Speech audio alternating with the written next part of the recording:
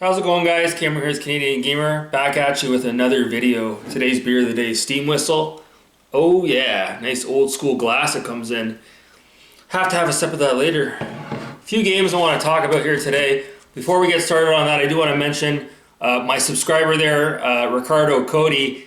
He posted just an incredible rant earlier on. The rant was on our good old buddy, Alpha Nerd Entertainment. Just, oh my god, just an absolute burial. He absolutely verbally undressed Alpha Nerd Entertainment. Real good rant. Oh my god. So if you want to check it out, I'll leave a link to the rant below. I'll pin the comment. You guys can check that out. That being said, a few games I want to talk about here today. I don't want to spend too much time on this. The first one we're going to talk about is Quake 4. This was actually a launch title for the Xbox 360.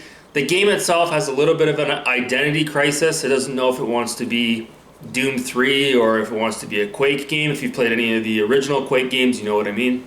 The nice thing about this game here, when you bought it for the Xbox 360, it actually came with a bonus disc.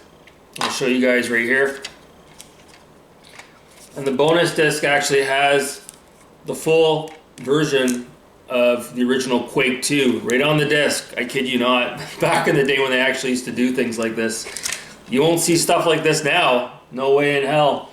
So if you're out in the wild looking for a copy of Quake 4 with this disc, open it up before you buy it, and you might luck out and get a copy of Quake 2. So it's really awesome to have that. And it's funny because Quake 2 is actually a better game than Quake 4. Yeah, it's just like the extra disc that came with it, right? So yeah, not a bad game, but really it was Quake 2. That was the reason why I bought it. You can play Quake 2, and I believe the expansion packs are on there as well, and you can play it obviously in HD. So it's nice to have a physical copy of that in the collection. The other thing I want to mention with regards to Quake, a lot of you guys that are subscribed to my channel, you might be maybe too young to know about this, but when the original Quake came out around 1996, at the time it was such a big deal. It was such a huge leap above the original Doom. All the magazines were talking about Quake. I remember I had a PC Gamer magazine that came with a demo of Quake, and I couldn't get the game to run on my PC because at the time it was just so graphically intense. You had to have a powerhouse PC to run it properly. And I remember id Software, they actually released the game on a 3.5-inch diskette is what we used to have back then. Shareware is what we call it. It was a couple of diskettes actually.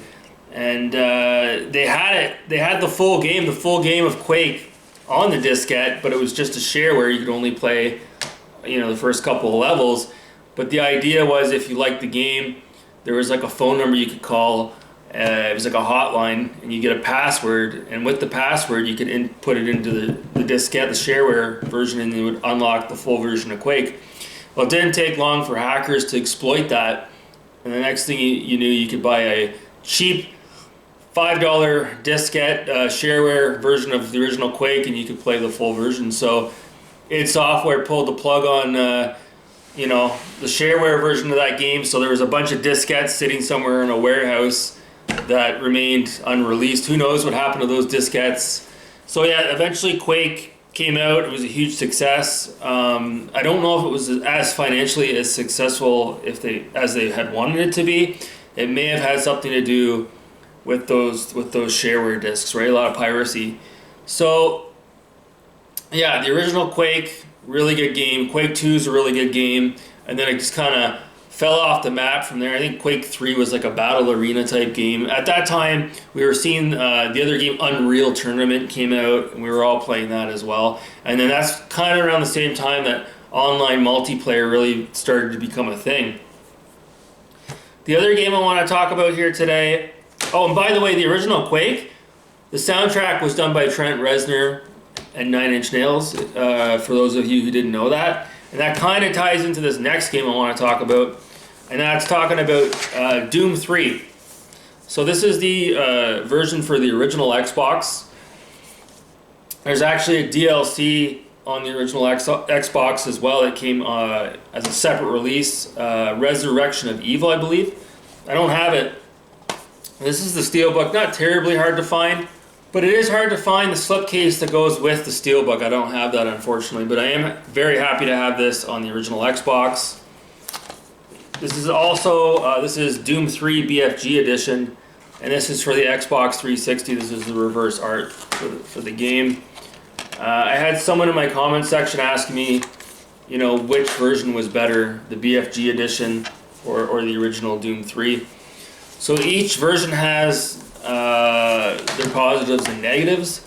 I would say for this one, you can save your game more frequently in-game. There's spots where you can save the game as you go along. In this one here, I think you may have to be logged into Xbox Live to play.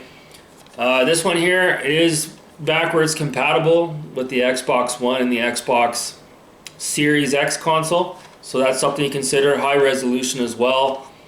They changed something in this game from the original game. In this one here, there was a little bit more of a survival horror aspect to it.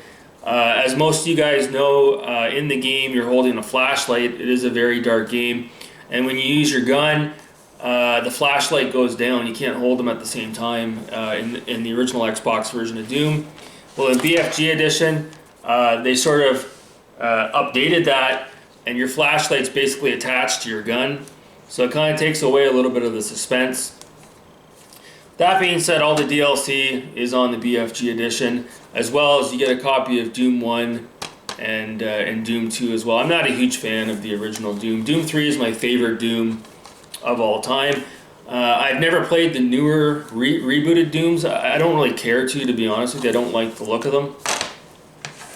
But at the end of the day, as far as a collector is concerned, if you can get this on the original Xbox in the Steelbook, you can still play this on the 360 as well. So technically you can play this with HDMI.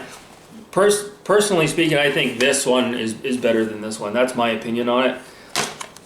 This one's cheaper. You can get this one $5 all day. Interesting enough, Trent Reznor was on board to do the soundtrack for Doom 3, and at the 11th hour, for whatever reason, he pulled out of the project. You can really tell id Software went after that industrial sound, the sound effects, the music in this game, even though Trent Reznor was not a part of it at the end of the day. The Steelbook, it's absolutely beautiful. It's just fantastic. I love Doom 3. It's in my top 5 most favorite first-person shooters of all time. I think the graphics are incredible, and not only the graphics, the lighting. The lighting is incredible. What was the engine they used in this game? id Tech 4, id Tech 3. I don't know. I really do think this is a underappreciated masterpiece. And if I ever see the expansion pack for the original Xbox out there, I might pick it up as well. So that's it. I just wanted to talk about Doom, and I wanted to talk a little bit about Quake as well. Again, any of you that have not played the original Quake or Quake 2, I highly recommend, seeking out a copy. I think you can probably get it on the original PlayStation. You might even be able to get it on the Sega Saturn. It's a shame we never got a release on a modern day console. I'd love to see the original Quake and Quake 2 either remastered or a full-on remake would be pretty cool as well. So we haven't had a new Quake game in quite a long time. So those are just my thoughts and opinions. I'm going to leave it there. I hope you guys have a great rest of your night. Thanks so much for watching. You people are wonderful and beautiful.